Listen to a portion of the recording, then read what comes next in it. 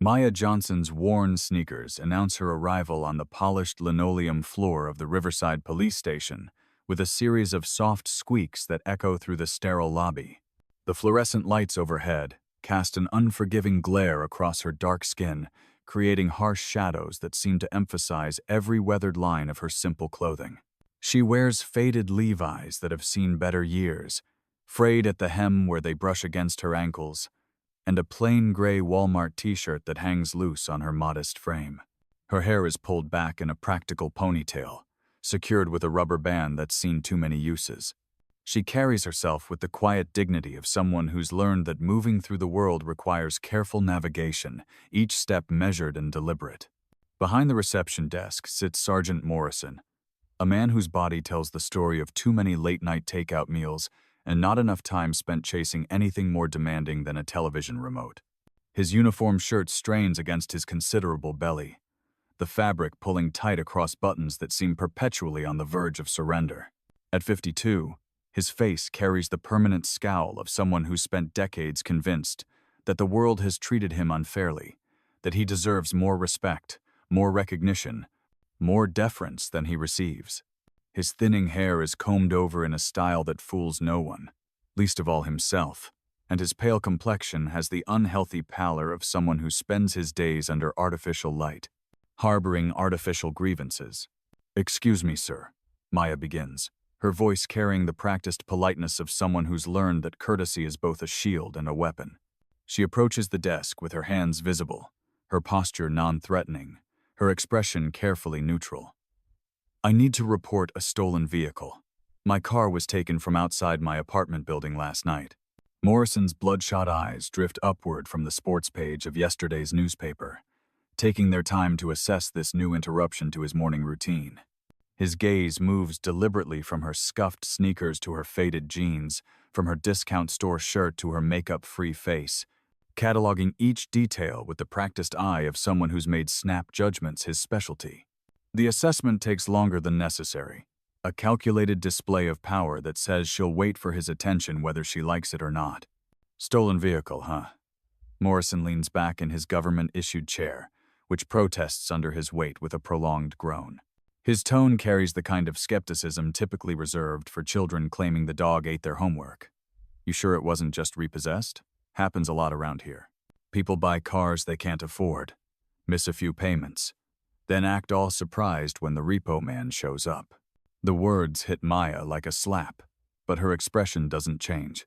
She's heard variations of this song before, in different keys and different settings, but always with the same underlying melody of assumed inadequacy. Her fingers tighten slightly around the manila folder she carries, but her voice remains level. "I'm certain it was stolen, sir. I own the vehicle outright. I have all the documentation right here." She begins to open the folder, but Morrison raises a meaty hand to stop her. "Hold on there, lady. Don't go getting all worked up." Morrison pushes himself to his feet with visible effort, his chair rolling backward and bumping against the filing cabinet behind him. He disappears through a doorway marked Supplease, and returns moments later carrying a yellow mop and a wheeled bucket filled with gray water that smells of industrial disinfectant. He drops both items at Maya's feet with deliberate ceremony, the mop handle clattering against the linoleum and splashing dirty water onto her sneakers. Restrooms are down that hallway, third door on the left. Supply closets marked clear as day. You'll find everything you need in there. Maya stares down at the cleaning equipment, then back up at Morrison's face, which now wears an expression of smug satisfaction. The insult is so blatant, so deliberately cruel, that for a moment she can't quite process it. Around them, the police station continues its normal operations. Phones ringing, keyboards clicking, conversations continuing as if nothing extraordinary has just occurred. "Officer, I think there's been a misunderstanding. I'm not here to clean. I'm here to report a crime." "Report a crime?" Morrison's laugh is harsh and grating, like sandpaper against wood. He crosses his arms over his considerable chest, the fabric of his uniform pulling tight across his shoulders. "With that getup? Lady, I've been doing this job for 20 years and I can spot trouble from a mile away. You walk in here looking like, well, looking exactly like the kind of person who'd make up stories about stolen cars. His voice drops to a stage whisper that carries throughout the lobby. "Don't insult my intelligence. I'm asking for help," Maya says, her voice rising slightly for the first time since entering the building. Her carefully maintained composure shows its first crack, revealing a flash of the frustration and anger simmering beneath her professional exterior. "I'm a victim of theft, and I'm asking the police to do their job." Morrison steps closer, using his size to intimidate, his belly nearly touching the edge of the desk that separates them. "Their job? You want to lecture me about my job? I've been protecting this community since before you learned how to spell police, sweetheart. And part of protecting decent folks means knowing the difference between victims and troublemakers."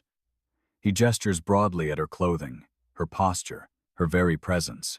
"You people always want something, don't you? Always looking for handouts, always playing the victim card when things don't go your way." As Maya bends down to move the mop aside, her t-shirt sleeve rides up her left forearm, revealing just the tail end of what appears to be an intricate black tattoo. The design is barely visible, just a glimpse of dark scales and curved lines that suggest something serpentine. But Morrison catches sight of it, and his expression shifts almost imperceptibly.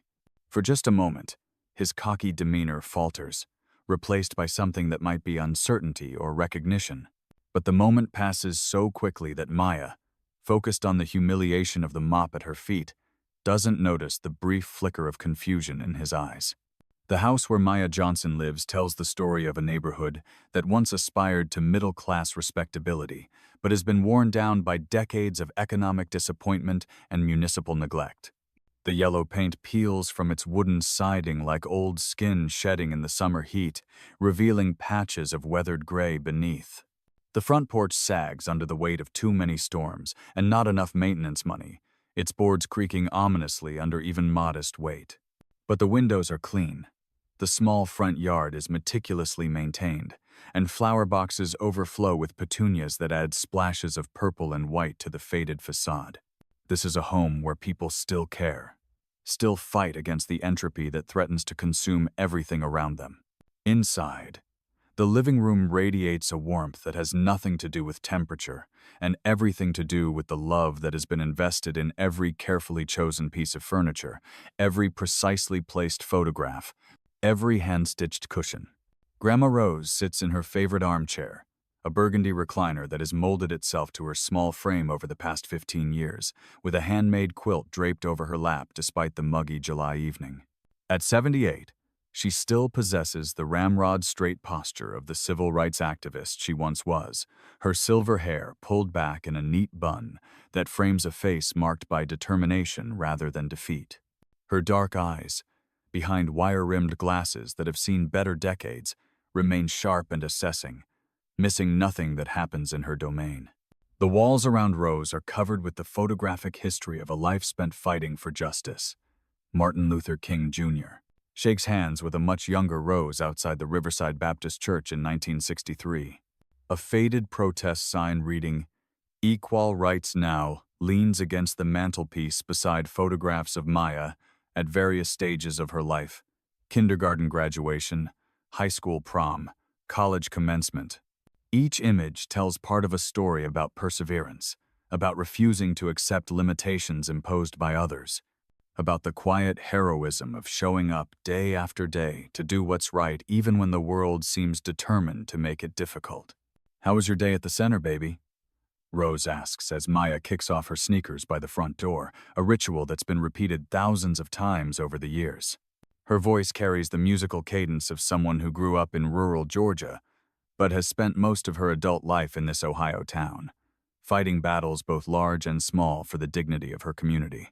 Maya settles onto the couch, a sturdy piece covered in protective plastic that crinkles softly under her weight, and begins massaging her temples with her fingertips. The Riverside Community Center, where she works, occupies a low-slung brick building that serves as a lifeline for the neighborhood's struggling families. The pay is barely above minimum wage. The resources are perpetually scarce, and the need seems to grow exponentially with each passing month. But Maya shows up every morning with the same quiet determination that Rose remembers from the girl who used to practice speeches in front of the bathroom mirror, preparing for school presentations about Frederick Douglass and Sojourner Truth. The Henderson boy got into another fight at school today, Maya reports, pulling her legs up beneath her on the couch. Third one this month. His mama's working 3 jobs just to keep food on the table and a roof over their heads. She can't be there when he gets home from school. Can't help with homework. Can't ask him about his day. That boy's got so much anger inside him, Grandma, and he doesn't know what to do with it except use his fists. Rose nods with the understanding of someone who's seen this pattern repeat itself across generations. Anger's like fire, child, she says, her voice taking on the cadence of hard-won wisdom. It can burn down everything around you if you let it run wild, or it can light the way forward if you learn how to tend it proper. The trick is teaching young folks the difference. She adjusts her glasses and fixes Maya with a look that seems to see straight through to her granddaughter's soul. Speaking of anger, you've got some of your own brewing. I can see it in how you're sitting, how you're holding your shoulders. What happened today? Maya's fingers move unconsciously to the silver chain around her neck, hidden beneath her shirt. The pendant that hangs from it bears the inscription, "Truth and Justice" in fading script, a gift from the father she barely remembers. A man whose story exists in fragments and half-finished sentences that Rose has never fully explained. The necklace is Maya's talisman, her connection to a past that remains frustratingly incomplete, and a future that sometimes feels impossibly distant. Rose knows about the pendant, but has never pressed for details, understanding that some truths reveal themselves in their own time, like seeds that won't sprout until conditions are exactly right. You know what I used to tell the young folks back in Birmingham? Rose continues, her eyes growing distant as she travels back across decades of memory. Back when we were facing down police dogs and fire hoses, when Bull Connor thought he could intimidate us into silence, I used to tell them, you don't have to raise your voice to be strong. But when the moment comes, when it really comes, you better know how to stand up. She reaches over and pats Maya's hand with fingers that are arthritic but still gentle. The hardest part is knowing when that moment arrives. Maya's left arm bears artwork that she keeps carefully hidden beneath long sleeves and strategic positioning, regardless of weather or comfort. The black viper tattoo coils around her forearm in intricate detail that speaks to hundreds of hours under the needle and thousands of dollars in specialized ink. The serpent's scales are so realistically rendered they seem to shift and shimmer in certain light, each one individually detailed with microscopic precision. But this isn't the impulsive artwork of rebellious youth or the decorative body art of fashion. Every line has meaning. Every curve tells a story that Maya has never shared with anyone, not even Rose. The tattoo's eyes seem to watch and wait, holding secrets that would change everything if revealed. Her phone buzzes against the coffee table with a text from Marcus Williams, the earnest young lawyer who volunteers legal aid services at the community center twice a week. Coffee tomorrow morning? I've got some ideas about the Henderson case, and there's something else I'd like to discuss. Maya reads the message and smiles despite the day's frustrations. Marcus is sweet and genuine, completely unaware that Maya keeps a second phone locked in her bedroom drawer, a secure government device that's been silent for months but never truly off, always ready to spring back to life when duty calls. At the community center the next morning, children cluster around Maya like iron filings drawn to a magnet, their young faces bright with the kind of trust that adults spend lifetimes trying to recapture.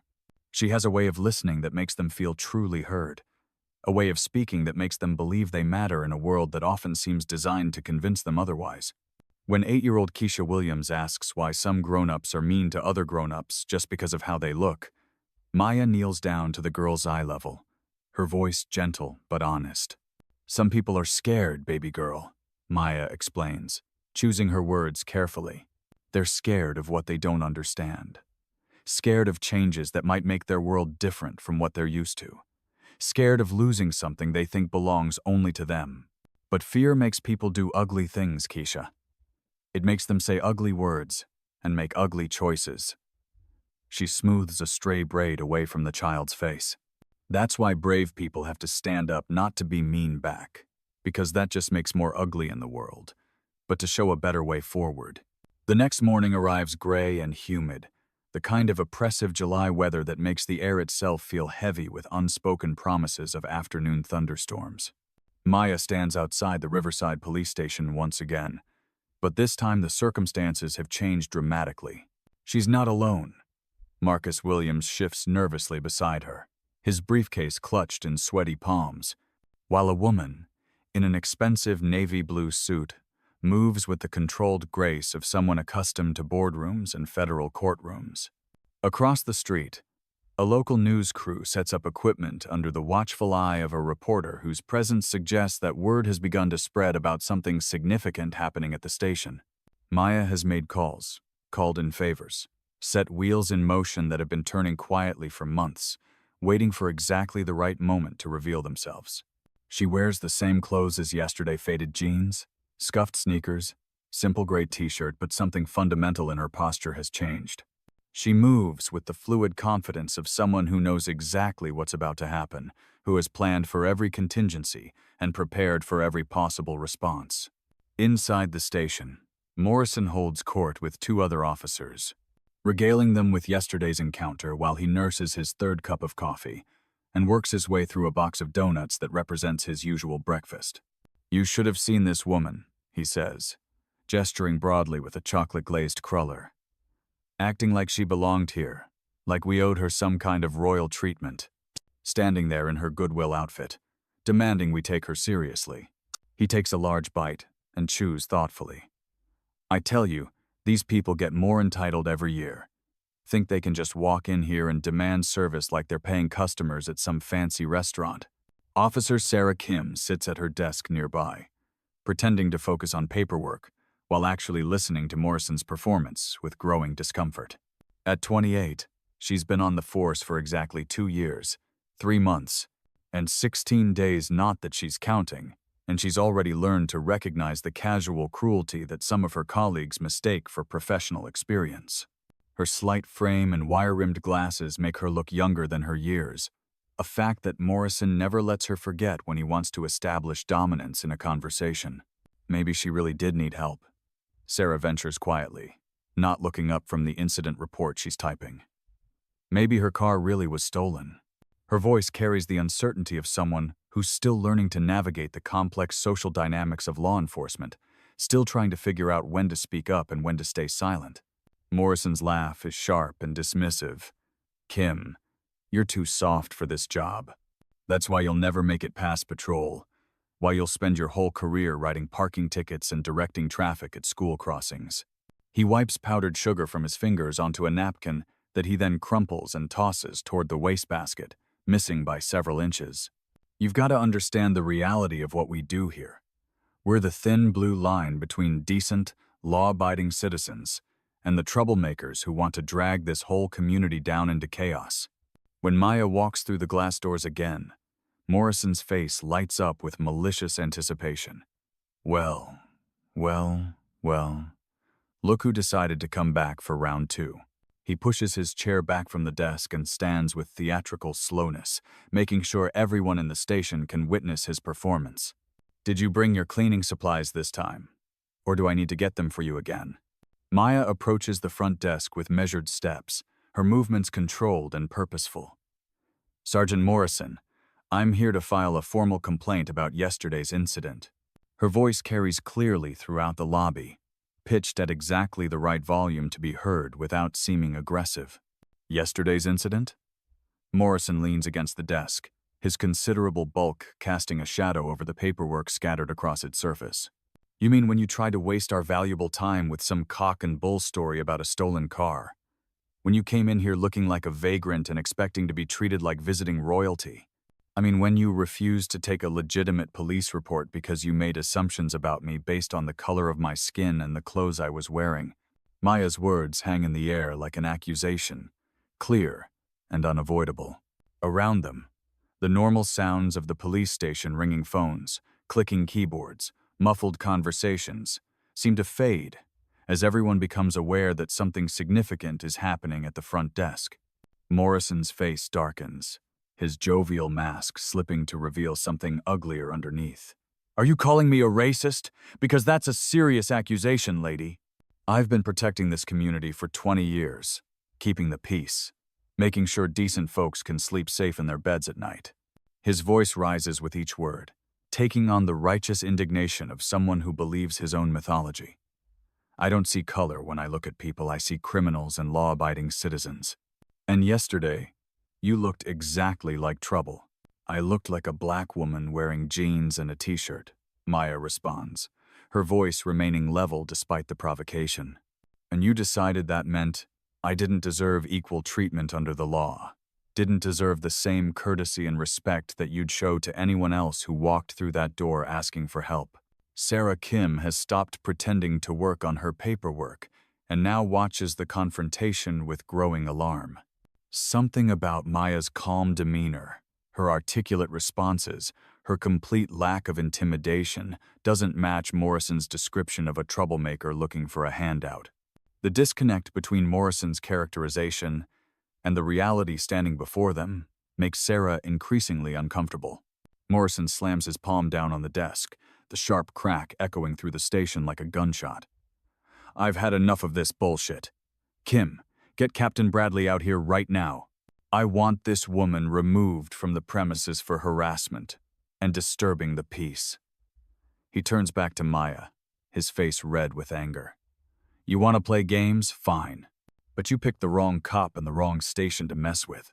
Sarah hesitates, her fingers hovering over the intercom button. Every instinct tells her that something is wrong with this picture, that Morrison's reaction is disproportionate to the situation. Sergeant, maybe we should just take her statement. It would only take a few minutes. Kim!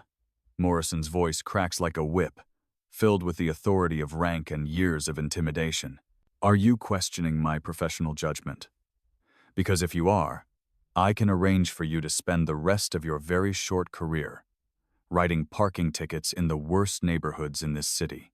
The threat hangs in the air like a toxic cloud, and Sarah's face pales as she realizes the choice being forced upon her. Maya watches this exchange with the detached interest of someone taking mental notes, cataloging every abuse of power, every threat, every moment when someone with authority chooses cruelty over compassion. Her expression remains neutral, but behind her eyes, calculations are being made, assessments are being updated, and plans are being refined. Captain Bradley emerges from his office like a man stepping onto a stage, his silver hair perfectly styled and his uniform pressed to military standards. At 61, he carries himself with the bearing of someone who's spent decades managing situations and people, who knows exactly how much authority his rank carries and exactly how to use it. His expensive watch catches the fluorescent light as he surveys the scene with practiced assessment. What seems to be the problem here? Bradley asks, though his tone suggests he's already decided which side of the situation deserves his support. His eyes barely acknowledge Maya's presence, instead focusing on Morrison with the kind of automatic deference that speaks to years of institutional loyalty. Morrison straightens to attention, suddenly professional. Captain, this individual came in yesterday making unsubstantiated claims about a stolen vehicle. When I exercised appropriate discretion in evaluating her story, she became hostile and disruptive. Now she's returned to make false accusations about my conduct and disrupt station operations. False accusations? Maya's voice cuts through Morrison's self-serving narrative like a blade. Is it false that you handed me a mop instead of taking my report? Is it false that you assumed I was lying because of how I looked? Is it false that you used your position to humiliate and dismiss someone asking for help? Bradley's expression doesn't change, his face maintaining the studied neutrality of career law enforcement. Ma'am, I understand you're upset, but Sergeant Morrison is one of our most experienced officers. He's served this community with distinction for 2 decades. If he had concerns about your report, I'm confident they were based on legitimate professional judgment. The institutional backing hits Maya like a physical blow. She looks around the station, seeing the automatic credibility that Morrison enjoys, the presumption of righteousness that comes with his badge and his position. Sarah Kim has returned to staring at her paperwork, suddenly fascinated by incident reports and traffic citations. So that's your final answer? Maya asks, her voice carrying a note of something that might be disappointment, or might be something else entirely. A citizen comes here asking for help, gets humiliated and dismissed, and there's no accountability, no consequences, no acknowledgement that anything wrong happened? Bradley's smile is thin and bureaucratic. Ma'am, if you feel you've been treated unfairly, you're certainly welcome to file a complaint with Internal Affairs.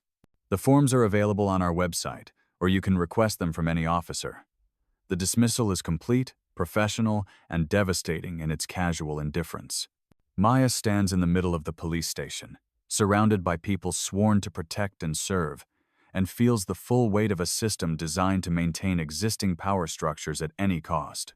The fluorescent lights seem brighter, the air seems thinner, and the distance to the door seems impossibly far.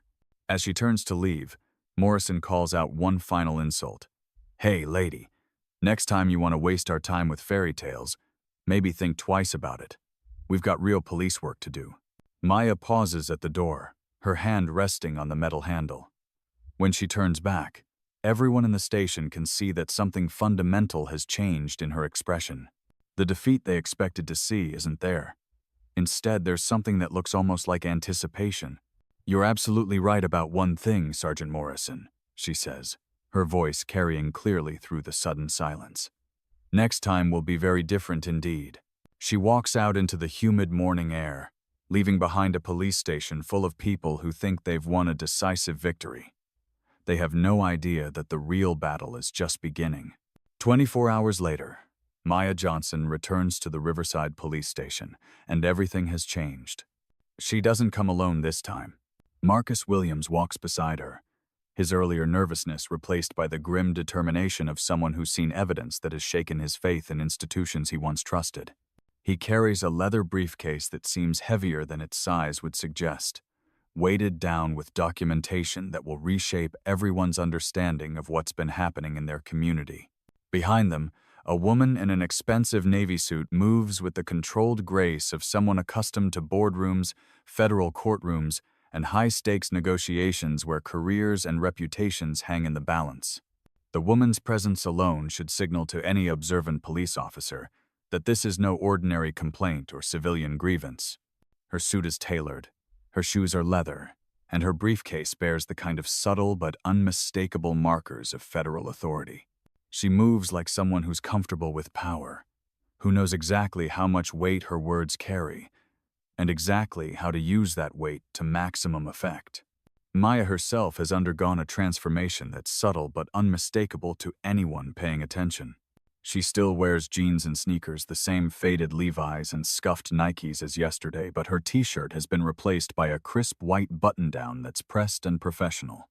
Her hair is pulled back, in a way that suggests competence rather than casual convenience, and her posture radiates a confidence that wasn't visible during yesterday's humiliation. Morrison sees them coming through the glass doors, and his face splits into a grin of malicious anticipation. This should be entertaining, he mutters to Officer Davis, who's manning the desk beside him.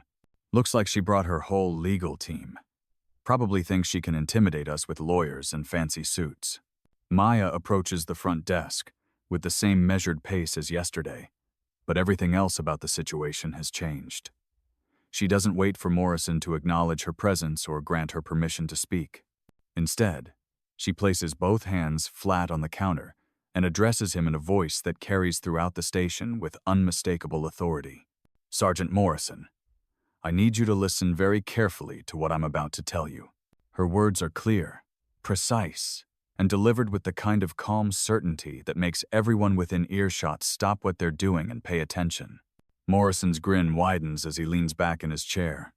Well, look who's back with reinforcements. Did you bring your whole neighborhood to help you file a complaint? He chuckles at his own wit. Lady, I thought I made myself crystal clear yesterday. We don't have time for your games or your imaginary problems. Maya begins unbuttoning her shirt sleeves with deliberate precision, rolling them up slowly enough that everyone watching can see she's revealing something significant. The black viper tattoo emerges inch by careful inch, its intricate details becoming visible under the harsh fluorescent lights. Morrison's eyes lock onto the serpent coiled around Maya's forearm, and his expression begins to shift from amusement to confusion to something approaching alarm. The tattoo is a masterpiece of the artist's craft. Scales so realistically rendered they seem to shimmer with photographic precision, eyes that appear to track movement, a body that coils with predatory grace around Maya's arm. But it's the details surrounding the viper that make Morrison's blood run cold. Wrapped around the serpent's body is a banner with text that becomes readable as Maya positions her arm. Federal Bureau of Investigation in Gothic script, accompanied by an official seal that Morrison recognizes from wanted posters and federal bulletins. Maya reaches into her jacket pocket and withdraws a leather credentials case, flipping it open with practiced ease to reveal a badge and identification card that gleam under the station's lights. She places the credentials on the counter with a soft click that seems to echo through the suddenly silent lobby. Special Agent Maya Johnson, Federal Bureau of Investigation, she announces, her voice carrying the weight of 15 years of federal law enforcement experience. I've been working undercover in this community for the past 6 months, as part of a federal investigation into systematic civil rights violations within your department. The silence that follows is absolute and suffocating. Morrison stares at the federal credentials, as if they might suddenly transform into something less threatening, while Captain Bradley appears in his office doorway, drawn by the sudden absence of normal police station noise. Marcus opens his briefcase with ceremonial precision and begins placing documents on the counter in neat stacks. These are copies of 47 civil rights complaints filed against this department over the past 3 years, he announces, his voice carrying the authority of legal training and righteous anger. Complaints that were either dismissed without proper investigation or buried in administrative procedures designed to discourage follow-up. The woman in the Navy suit steps forward, her movement fluid and commanding. Deputy Director Janet Torres, FBI Civil Rights Division. She identifies herself, producing her own credentials. Agent Johnson's investigation has uncovered a pattern of discriminatory practices that constitute systematic violations of federal civil rights law. Morrison's face has gone pale, but desperation makes him attempt to maintain his bluster. This is some kind of setup, entrapment. You can't just lie about who you are and trick people into. Maya's laugh cuts through his protest, sharp and without humor. Lie, Sergeant?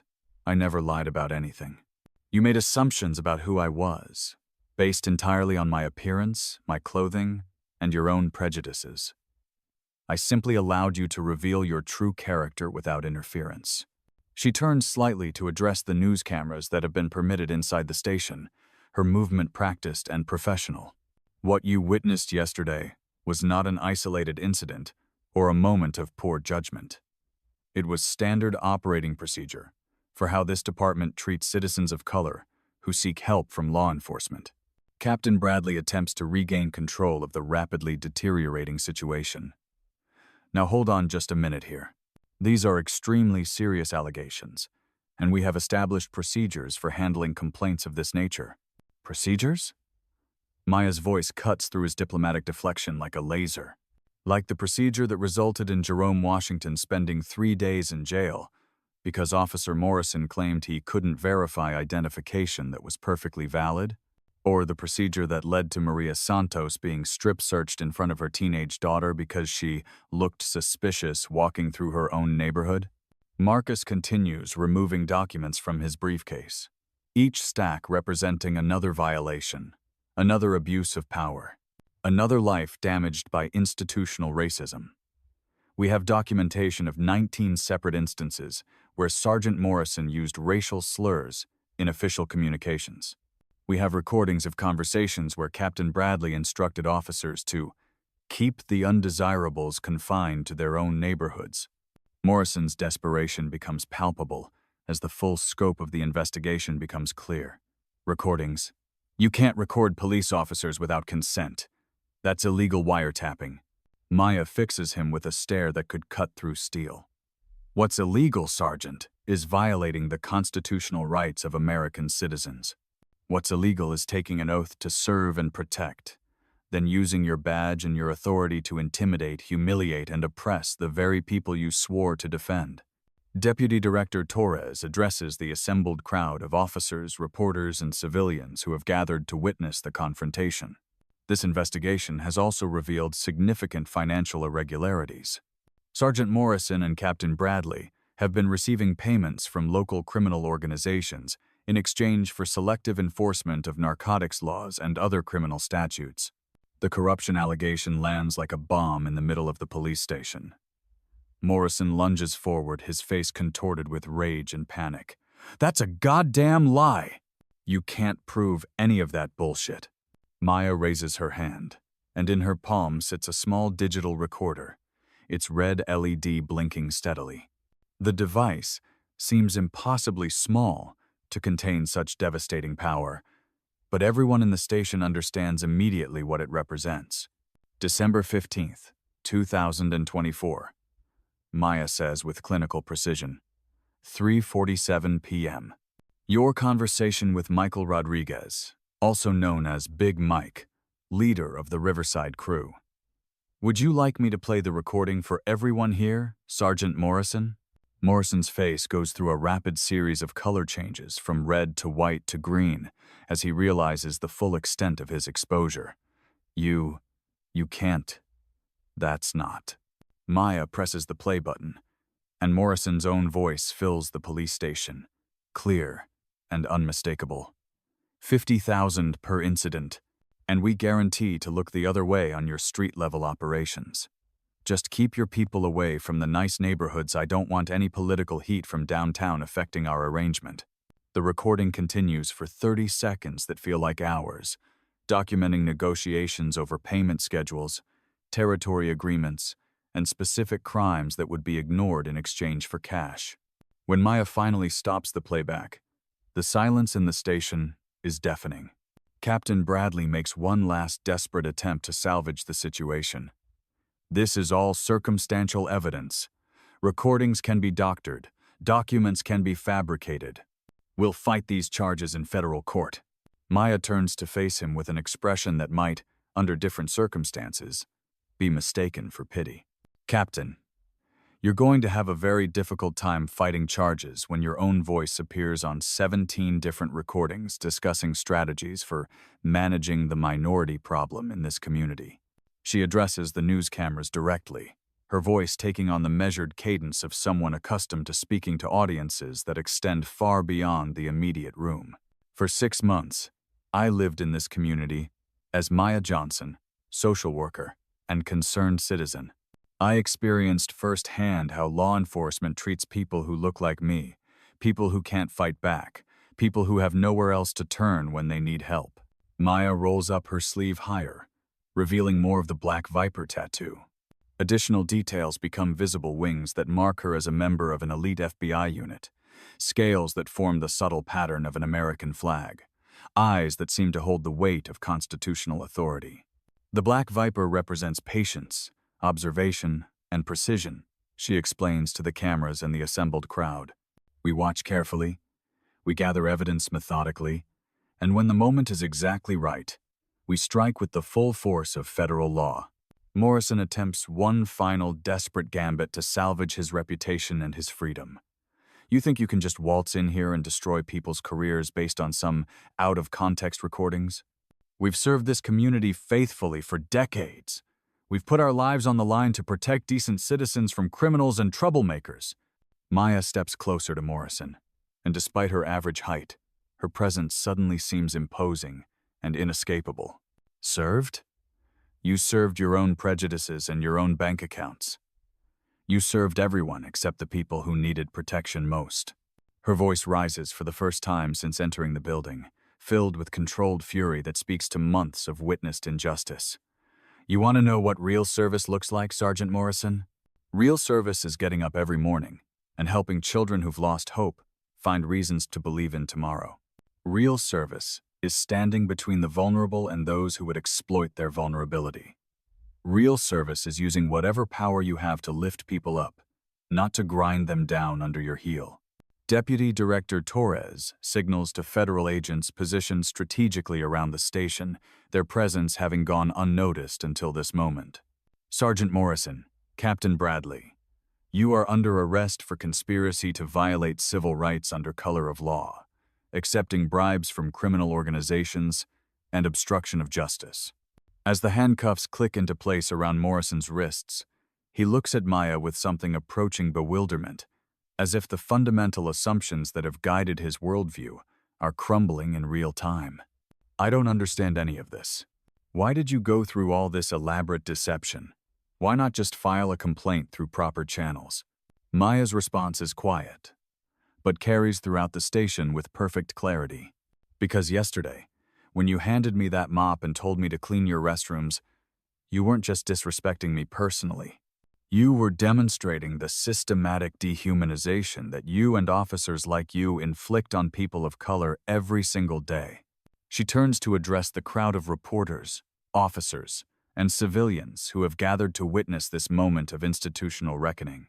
I didn't pursue this investigation for personal revenge or individual satisfaction. I did it because every child in this community, black, white, brown, or any other color, deserves to know that justice is real, that the system can work when good people are willing to stand up and demand accountability. As Morrison and Bradley are led away in federal custody, Maya catches sight of Officer Sarah Kim, who approaches with obvious hesitation and shame written across her young face. "Agent Johnson," Sarah begins, her voice barely above a whisper. "I should have said something yesterday. I should have stood up for what was right instead of staying silent. I'm sorry." Maya places a gentle but firm hand on the younger woman's shoulder, her expression softening for the first time since revealing her true identity. "You're standing up now, Sarah. That's what matters.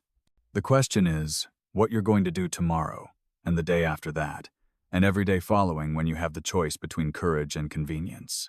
6 months later, Maya Johnson sits in her small office at the Riverside Community Center, reviewing applications for a new mentorship program that pairs at-risk youth with positive adult role models from the community.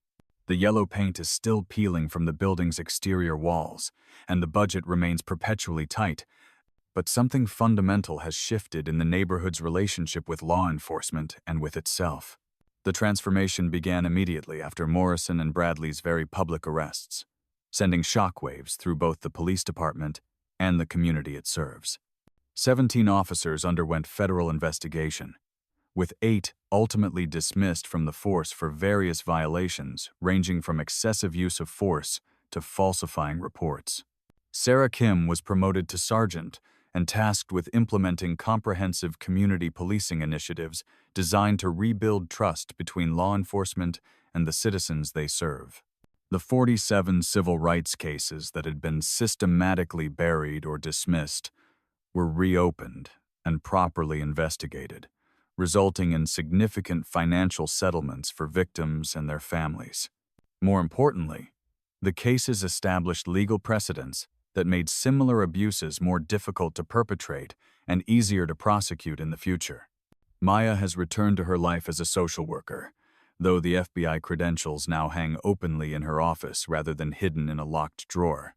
The children at the center still cluster around her during after-school programs and summer activities, but now they ask different questions. Their curiosity sparked by news reports and community conversations about justice, accountability, and the power of standing up for what's right. Miss Maya, 10-year-old Deshawn, asks during a Tuesday afternoon tutoring session, "Is it true that you're like a secret agent or something?" His eyes are wide with the kind of wonder that makes childhood magical, even in neighborhoods where magic often seems in short supply. Maya smiles, rolling up her sleeve to reveal the black viper tattoo that she no longer bothers to hide. The serpent's intricate details catch the afternoon sunlight streaming through the center's windows, its scales seeming to shift and move with lifelike precision.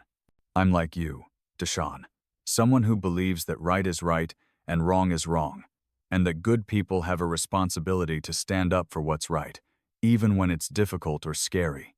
The tattoo has become something of a legend in the community, its story spreading through informal networks of conversation and social media posts. Maya receives letters from across the country, from other communities where people are fighting their own battles against institutional racism, police corruption, and systematic oppression. Some want advice, others want encouragement, and a few want to share their own stories of standing up against injustice.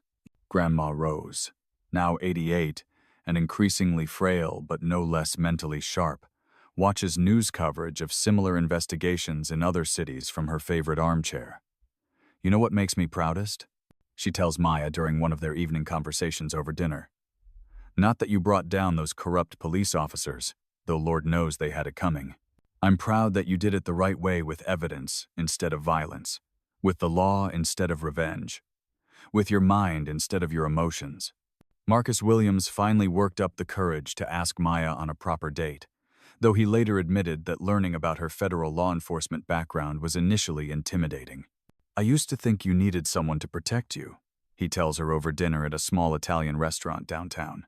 "Now I understand that you just needed someone who could keep up with you and support what you're trying to accomplish."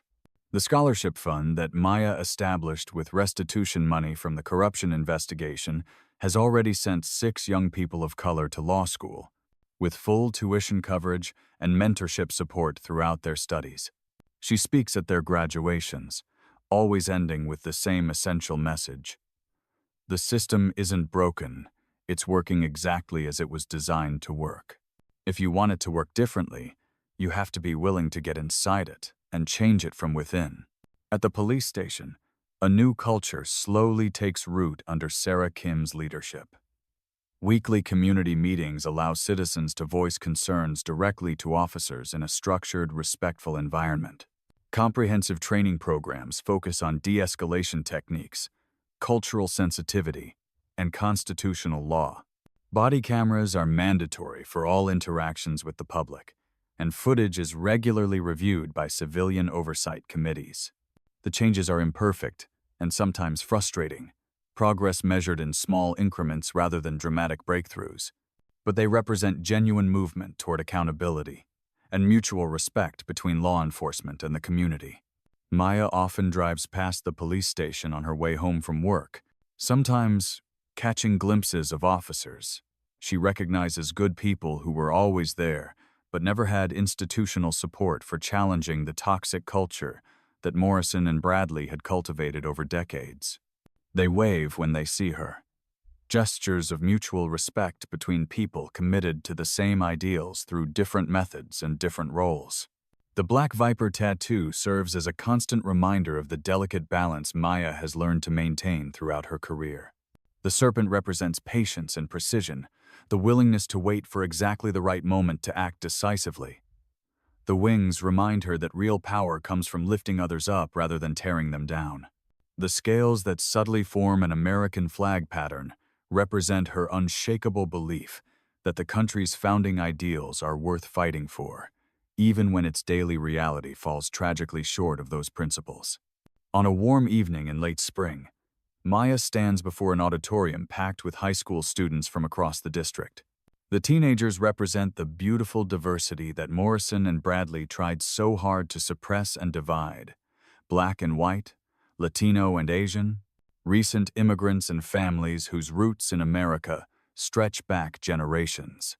Their faces reflect curiosity, skepticism, hope, and the kind of restless energy that can change the world when properly channeled.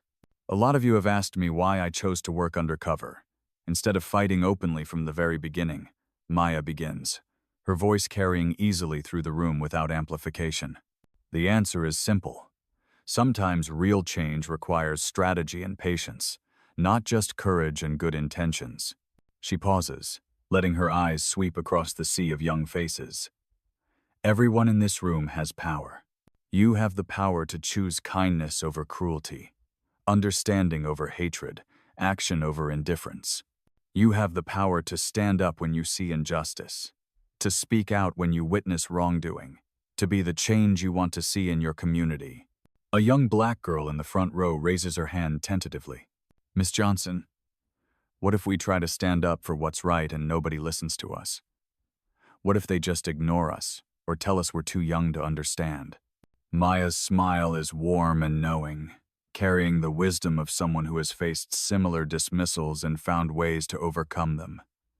"Then you keep standing, sweetheart. You keep speaking. You keep working. You keep learning and growing and preparing yourself for the moments when your voice will be heard.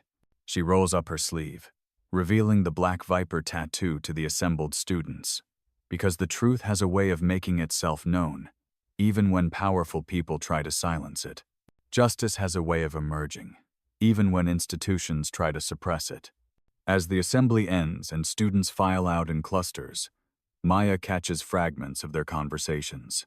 They're discussing justice and fairness, talking about ways they can make their own schools and neighborhoods better.